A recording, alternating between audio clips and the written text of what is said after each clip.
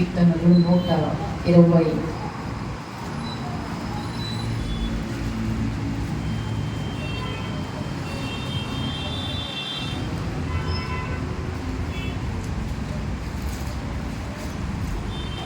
నాలుగవ 20వ కీర్తన 120వ కీర్తన మొదటి వచనాన్ని చదువు. నా శ్రమలో నేను యెహోవాకు మొరపెట్టి తిని ఆయన నాకు ఉత్తరం ఇచ్చిన. నా శ్రమలో నేను యెహోవాకు మొరపెట్టి తిని ఆయన నాకు ఉత్తరం ఇచ్చిన. నా శ్రమలో నేను యెహోవాకు మొరపెట్టి తిని ఆయన నాకు ఉత్తరం ఇచ్చిన. నేను మొరపెట్టాను, ఆయన నాకు ఇచ్చాడు. నేను మొరపెట్టాను. ఎప్పుడు మొరపెట్టానంటే శ్రమలో మొరపెట్టాను, బాధలో మొరపెట్టాను, ఇబ్బందిలో మొరపెట్టాను, కష్టంలో నేను మొరపెట్టాను. ఆయన నాకు ఉత్తరము ఇచ్చాడు. మనం కూడా మొరపెడతాం, మనం కూడా మన బాధను తెలియజేస్తాం. ఎప్పుడు శ్రమలో మన బాధను వ్యక్తీకరిస్తాం. అయితే మన బాధను ఎవరికి వ్యక్తీకరిస్తాం? ఎవరి దగ్గర మొరపెడుతున్నాం? మన బాధను మనము ఎవరి దగ్గర మనం వ్యక్తీకరిస్తాం? మనకి ఎక్కడి నుండి మనకు ఉత్తరం రావాలి? ఉత్తరం అంటే ఏమిటి? జవాబు. ఉత్తరం అంటే సమస్యకు సహాయము. ఏదైనా మనకు ఎక్కడి నుండి లభిస్తుంది? ఆ 21వ కీర్తనలో మొదటి 2 వచనాలు ఒకసారి చదవండి. కొండల తట్టు నా కన్నులు వెతుచున్నాను, నాకు సహాయం ఎక్కడి నుండి వచ్చును? యెహోవా వలనే నాకు సహాయం కలుగును. చాలు. యెహోవా వలననే నాకు సహాయము కలుగును. నా శ్రమలో నేను నా కన్నులెత్తుచున్నాను, కొండల తట్టు నా కన్నులెత్తుచున్నాను. నాకు ఎక్కడి నుండి వస్తుంది సహాయం? ఈ లోకంలో ప్రతి వారికి ఎక్కడి నుండి వస్తుంది సహాయం? సహాయం ఎవరి నుండి కలుగుతుంది అని అంటే ఒకే ఒక మాట, దేవుని నుండి మనకు కలుగుతుంది. హల్లెలూయా, హల్లెలూయా. ఎలా కలుగుతుందండి దేవుని నుండి? దేవుడే వచ్చి డైరెక్ట్గా చేస్తాడా అని అనుకోవచ్చు. కొన్నిసార్లు అత్యవసర పరిస్థితి, దేవుడే వచ్చి చెయ్యాలి అనుకుంటే ఆయనే వచ్చి చేస్తాడు. దేని ఎడల ఎవరిని నియమించాలో వారిని నియమిస్తాడు దేవుడు. వీళ్ళు నా బిడ్డకు సహాయం చేయి, వీళ్ళు నా బిడ్డ పక్షాన మాట్లాడు, వీళ్ళు నా బిడ్డతో కలిసి ఉండు, వీళ్ళు నా బిడ్డను ఆదరించు. దేవుడు మనుషులను వాడుకుంటాడండి. దేవుడు పక్షులను వాడుకుంటాడు, జంతువులను వాడుకుంటాడు, దేవుడు సృష్టిని వాడుకుంటాడు.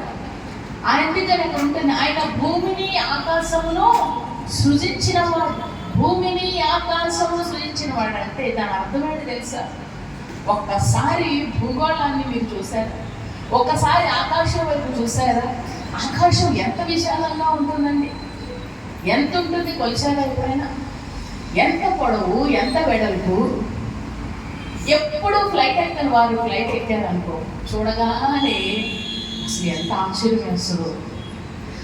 మనకెప్పుడు ఫ్లైట్ ఎక్కిన వాళ్ళు మనకి ఏ విషయాలు చెప్పకపోతే మనకు తెలియదు. కానీ సాధారణ మనం ఇలా చూసినప్పుడు ఎంతో ఎత్తులో ఉంది కదా, ఎంత ఎత్తు వెళ్ళినా సరే ఆకాశం ఇంకా ఉన్నట్లే ఉంటుంది.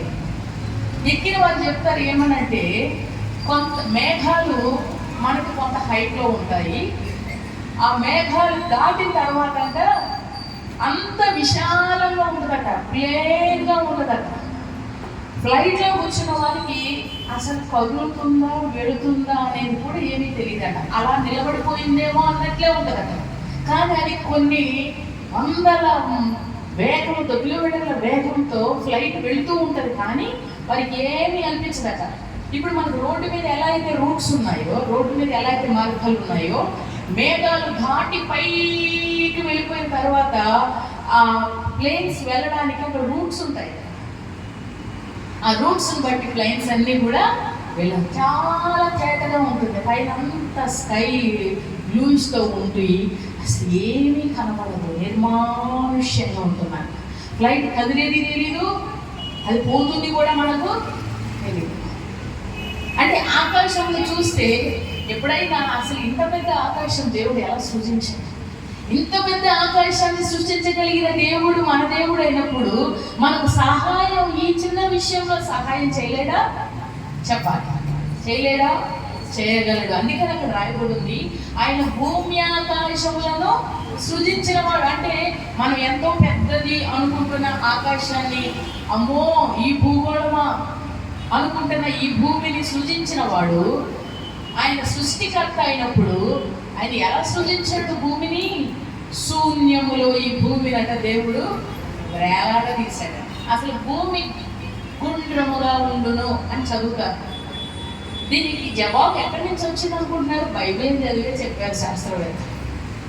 భూమి గుండ్రంగా ఉంటుందని, నిరాకారంగా ఉంటుంది. చూడండి మన స్కూల్స్లో పిల్లలకి ఎర్త్ గ్లోబ్ ఎలా ఉంటుందని చెప్తారు? గుండ్రంగా ఉంటుంది. గుండ్రంగా ఉంటుందని ఎలా తెలుసు? శూన్యంలో వేలాడటం అంటే ఏంటి? దానికి ఏ సపోర్ట్ లేదు.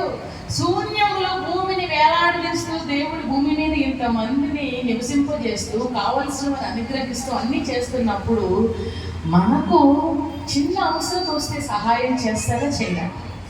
చెప్పాలి, చేయగలడు. హల్లెలూయా. అందుకని ఆయన భూమి ఆకాశం సృజించిన వాడు. కొండల వైపు నా కన్నులు ఎత్తుచున్నాను. కొండల వైపు కన్నులు ఎత్తుచడం అంటే మేము వెళ్తా ఉంటే కొండలు కనబడ్డాయి, ఆ కొండను చూసి మాకు సహాయం చేయమని అడిగామన్నా? కొండలు అనగా మనుషులు, కొండలు అనగా బలమైన వారు, కొంచెం సహాయం చేయగలిగేవారు, కొద్దిగా మనతో మాట్లాడేవారు, కొంచెం ఏమైనా చేయగలరు అనే ఆశ మనకి ఎవరి మీద ఉంటుందో వారే కొండలు. ఆ కొండల వైపు నా కన్నులు ఎత్తుచున్నాను, కానీ నాకు ఈ సహాయం ఎక్కడి నుండి వస్తుంది? యెహోవా వలననే నాకు సహాయం. మన జీవితంలో కూడా కొన్ని కొండలు ఉంటాయి. మన జీవితంలో కూడా కొంచెం మనకు సహాయం చేసేగలిగే వారు ఉంటారు. ఆటోమేటిక్గా మనిషి హృదయం ఏమనిపిస్తుందంటే ఏదైనా అవసరం వచ్చినప్పుడు ఆ కొండ వైపే చూస్తాం. అది కొండ అమ్మ కావచ్చు, నాన్న కావచ్చు, అన్నయ్య కావచ్చు, చెల్లి కావచ్చు, తమ్ముడు కావచ్చు, బాబాయ్ కావచ్చు, పిన్ని కావచ్చు, ఎవరైనా మనకు చుట్టూ కొన్ని కొండలు ఉంటాయి. సహాయం రాగానే ఆ కొండ వైపు చూస్తూ ఉంటాం, కొండ వైపు చూస్తూ ఉంటాం, కన్నులెత్తే సహాయం కోసం ఎదురు చూస్తూ ఉంటాం. అయితే ఎక్కడి నుండి వస్తుంది సహాయం? దేవుడు నీకు సహాయం అందించకపోతే ఏ కొండలు, చూడడానికి పెద్ద కొండలే, చూడడానికి ఎత్తైన కొండలే, బలమైన కొండలే, స్థిరపడిన కొండలే, ఏ లోటు లేని కొండలే, కానీ ఆ కొండ కూడా మనకే సహాయమో చేయలేదు. మనకు సహాయం దేవుని వలన కలుగును. హల్లెలూయా, హల్లెలూయా. మనకు సహాయం ఎవరి నుండి కలుగును? దేవుని వలన కలుగును. అందుకని నా శ్రమలో నేను కొండల వైపు చూడట్లేదు, నా శ్రమలో నేను ఎవరి వైపు చూడట్లేదు, ఆయనకు మొరపెట్టాను, ఆయన నాకు జవాబును అనుగ్రహించెను. ఎట్లా అనుగ్రహించారు? 124వ కీర్తన 7వ వచనం చదువుతున్నాం. 24వ కీర్తన 7వ వచనం. పక్షి తప్పించుకున్నట్లు మన ప్రాణము వేటగాండ్ర ఊరి నుండి తప్పించుకుని ఉన్నది. ఉరి తెంపబడెను, మనము తప్పించుకొని ఉన్నాము. పక్షి క్షణ రెప్పపాడులో తప్పించుకున్నట్లుగా మనము తప్పించబడ్డాము. ఉరి తెంపబడెను, మనము తప్పించుకున్నాము వేటగాని ఉరి నుండి. పక్షులు పట్టుకోవడానికి కొన్ని వలలు ముందుగానే సిద్ధపరుస్తారు. పక్షి పట్టుకోవాలి అని అంటే పలానా పక్షులు ఆ చెట్టు దగ్గరికి వస్తాయి అనుకున్నప్పుడు వేటగాడు ఏం చేస్తాడంటే ముందుగానే వలము అక్కడ పరిచేస్తే పక్షికి తెలీదు, దాన్ని ముందుగానే సెట్ చేస్తాడు. ఆ సమయానికి పక్షి అనుకోకుండా అక్కడికి వచ్చి అదేమవుతుంది? వలలో చిక్కుని పోతుంది. దాని యొక్క స్వాతంత్రం పోతుంది, అది బ్రతుకుగా ఉన్న ఆశయానికి పోతుంది. దాని జీవితం ఇంకా కనుమరుగైపోయినట్లే, దాని బ్రతుకు ఇంకా ఆశ లేనట్టుగా చిక్కుపోయినట్లే దాన్ని బ్రతకనిస్తాడో లేదని దాన్ని చంపుకొని తినేస్తాడు.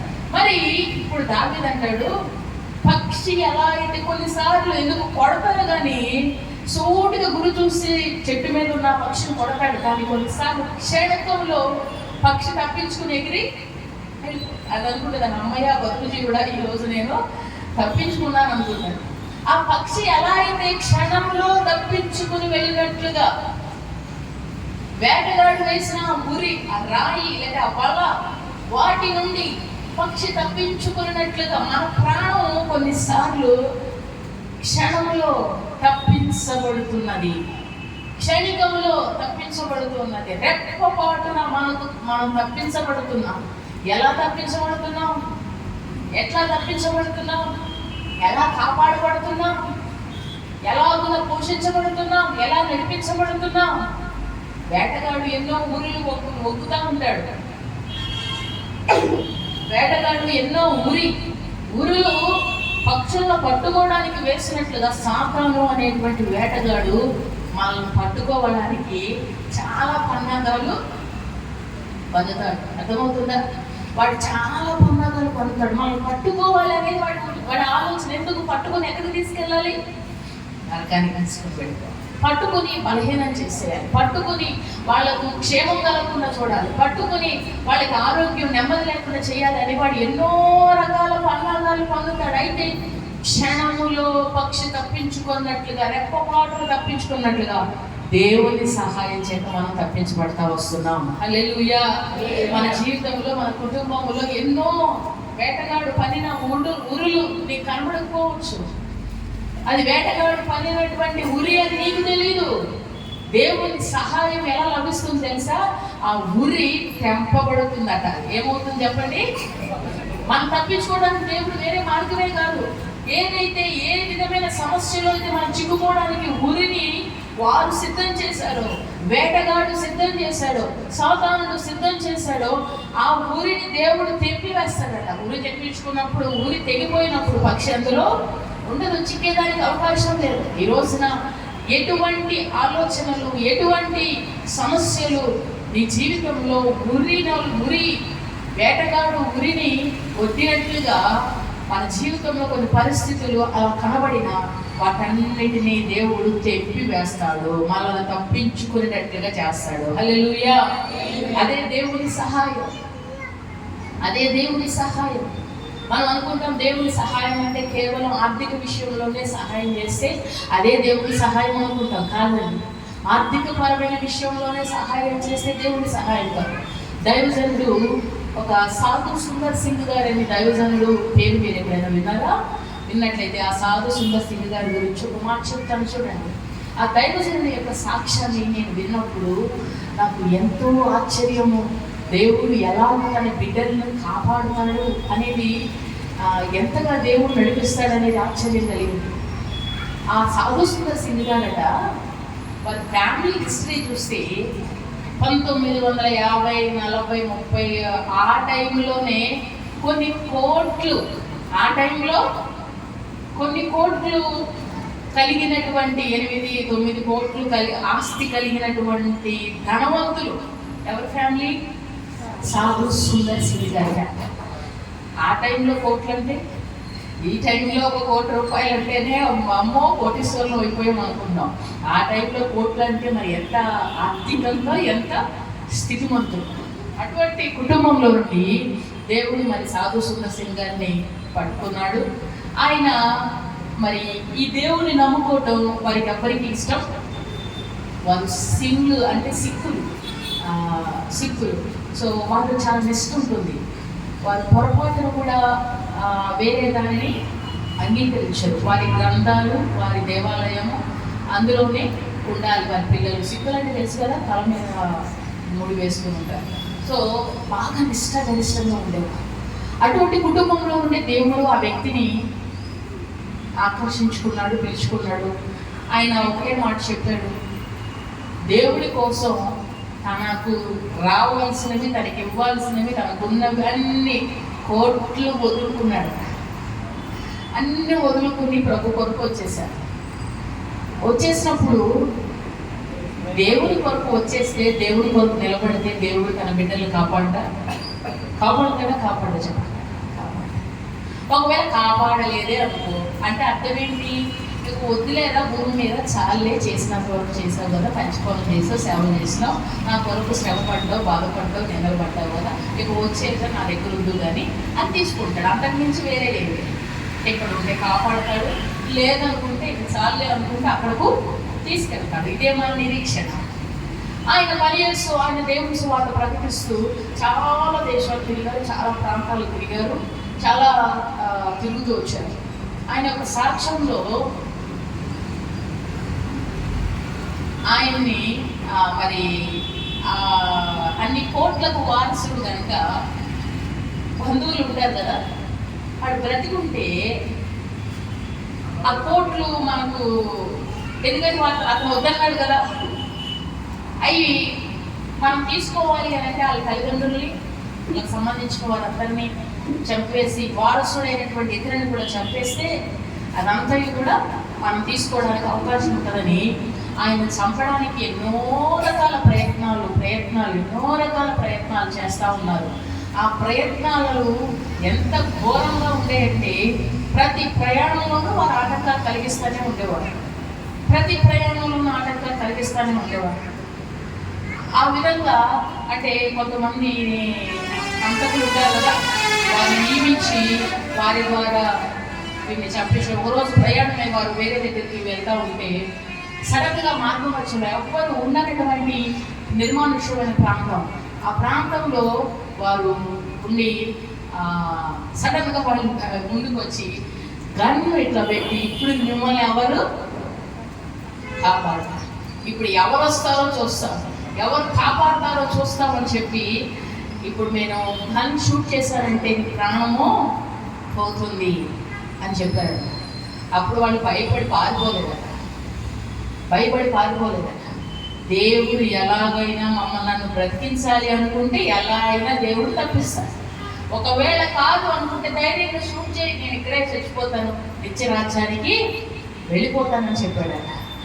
ఎందుకు ఆ సమయంలో అనుకోకుండా పెట్రోలింగ్ చేసేటువంటి పోలీసు వాళ్ళు ఆ టైం అట్లా రావడం, వాళ్ళు దూరం నుంచి చూస్తే మనుషుని యొక్క నీడలు అక్కడ కనబడుతుంటే ఏంటి ఈ టైంలో ఇక్కడ నీడ కనబడుతుంది ఏంటి అని వారు బయటకు వచ్చి చాటుగా చూస్తే ఇద్దరు వ్యక్తులు గన్ను ఇట్లా గురిపెట్టి ఉండటం వాళ్ళు చూశారు.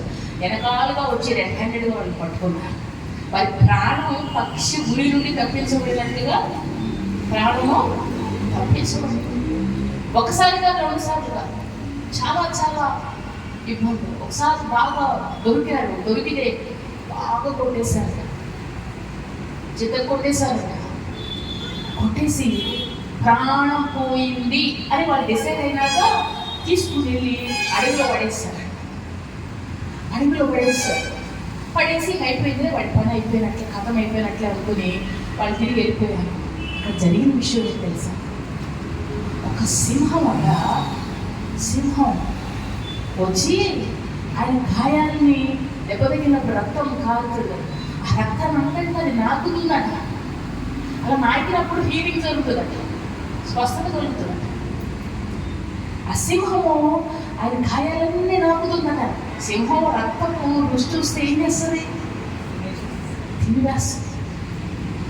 ఆ సింహము దాని పిల్లలు కలిసి ఆయన గాయాలు దేహం మొత్తం నాగుతుంది అంట. వస్త్రహీనుడిగా ఉన్నాను, బాగా కొట్టేసి ఆయన అడవిలో చచ్చిపోయాడని డిసైడ్ అయ్యి వాళ్ళు ఏం చేశారు?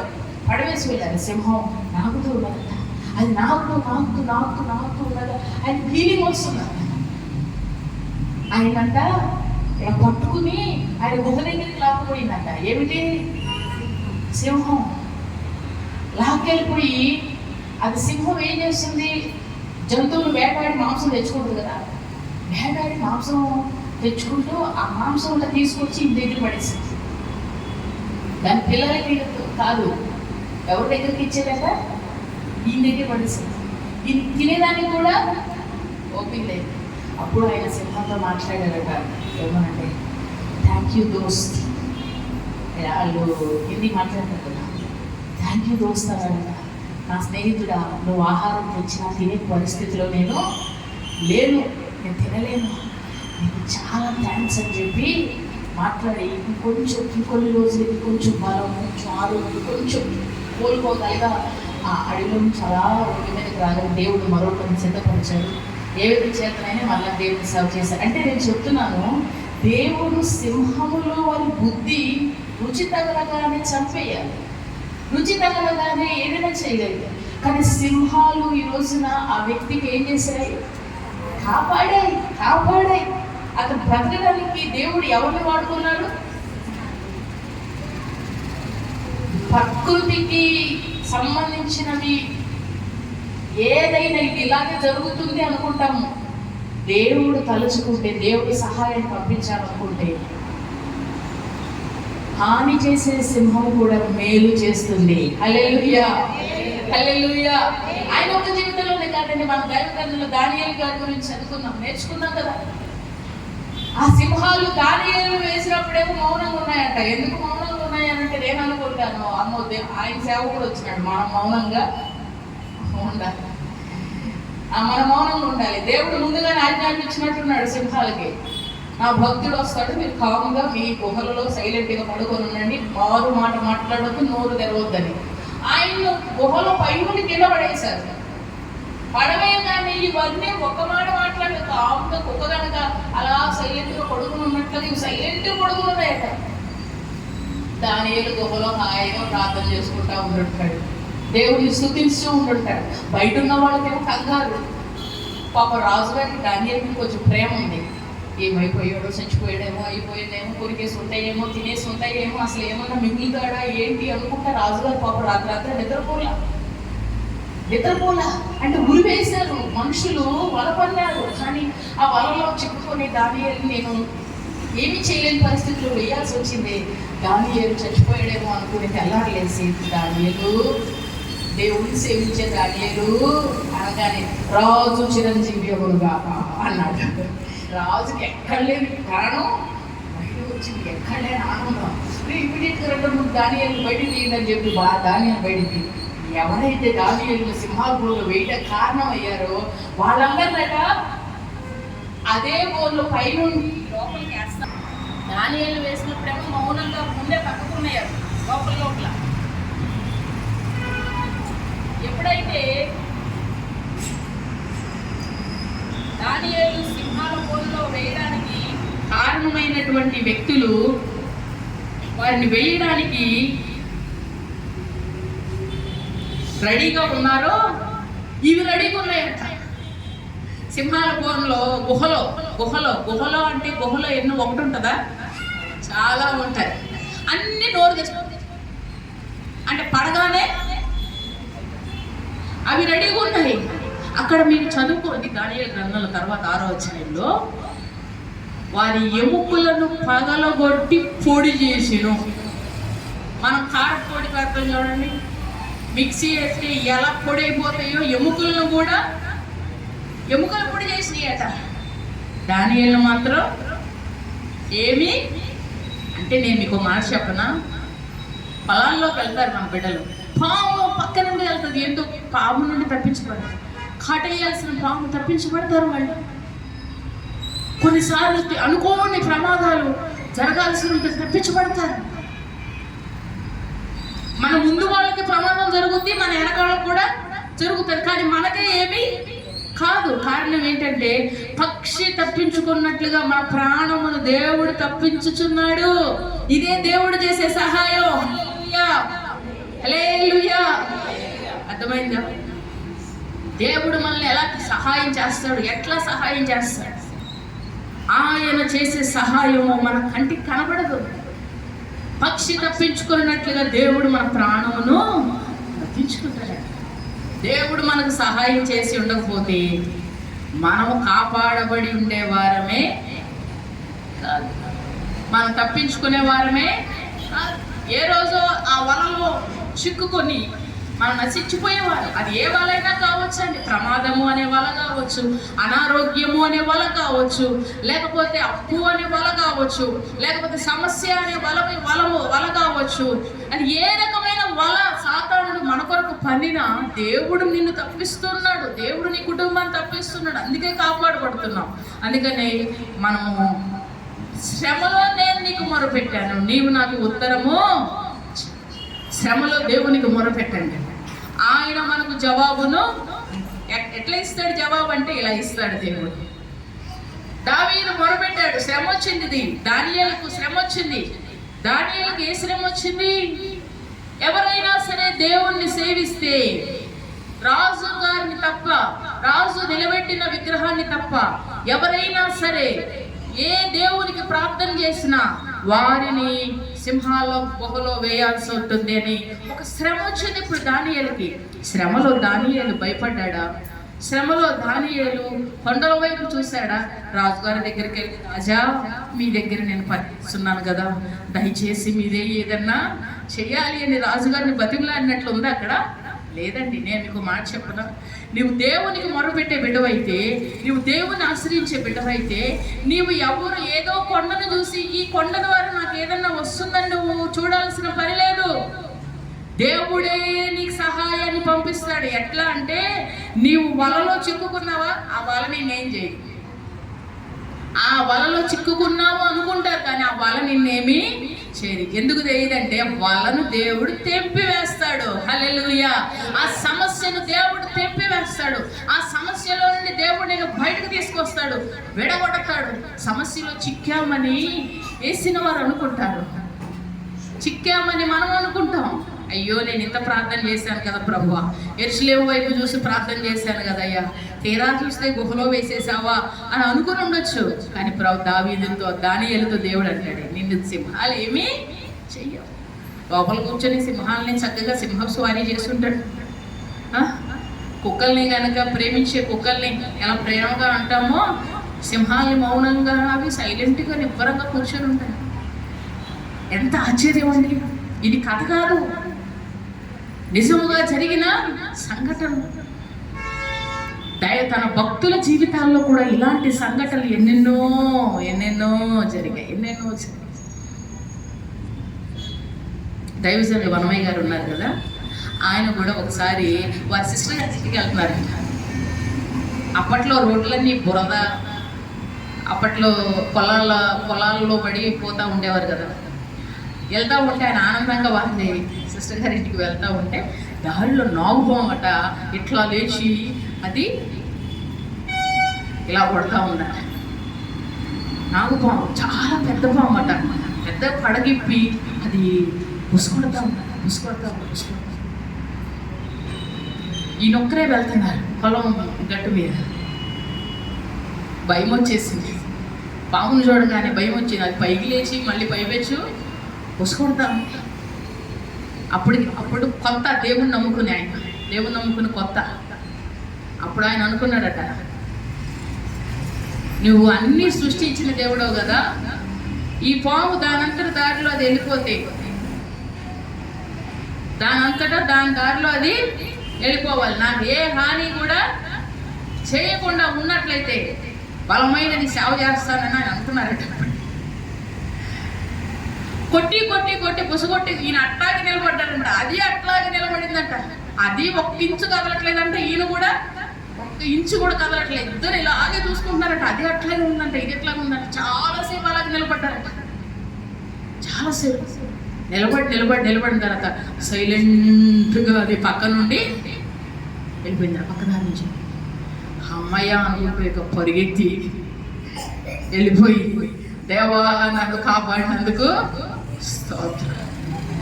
చూసారా, బాగా పడగిప్పిన పాము అయినా దేవుడు ఏం చేశాడు, దాని నోరుని సైలెంట్ చేస్తాడు.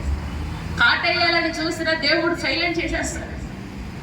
దేవుడు తన బిడ్డలను కాపాడుకుంటాడు, తన సహాయాన్ని పంపిస్తాడు వారి బిడ్డలకి. హల్లెలూయా. చిన్నవారని లేదు, పెద్దవారని లేదండి, గొప్పవారని లేదు, బలవంతులని లేదు, ఎలాంటి వారికైనా ఆయన తన సహాయమును ఏ పరిస్థితులనైనా పంపిస్తాడు. అందుకని నీవు ఎవరికి మొరపెట్టాలి? ఆయన ఇస్తాడు జవాబు.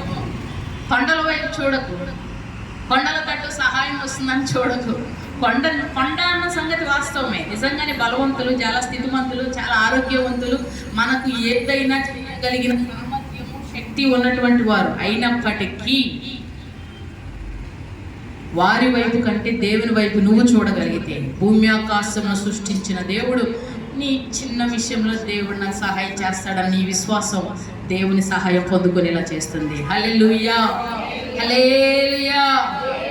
కనుక ఈ మాటలు విన్న మీరందరూ దేవుని మీద ఆధారపడండి. మీ శ్రమ ఏదైనా దేవునికి మొరపెట్టండి. దేవుడు మీకు సహాయం చేయునుగాక. ఆమేన్.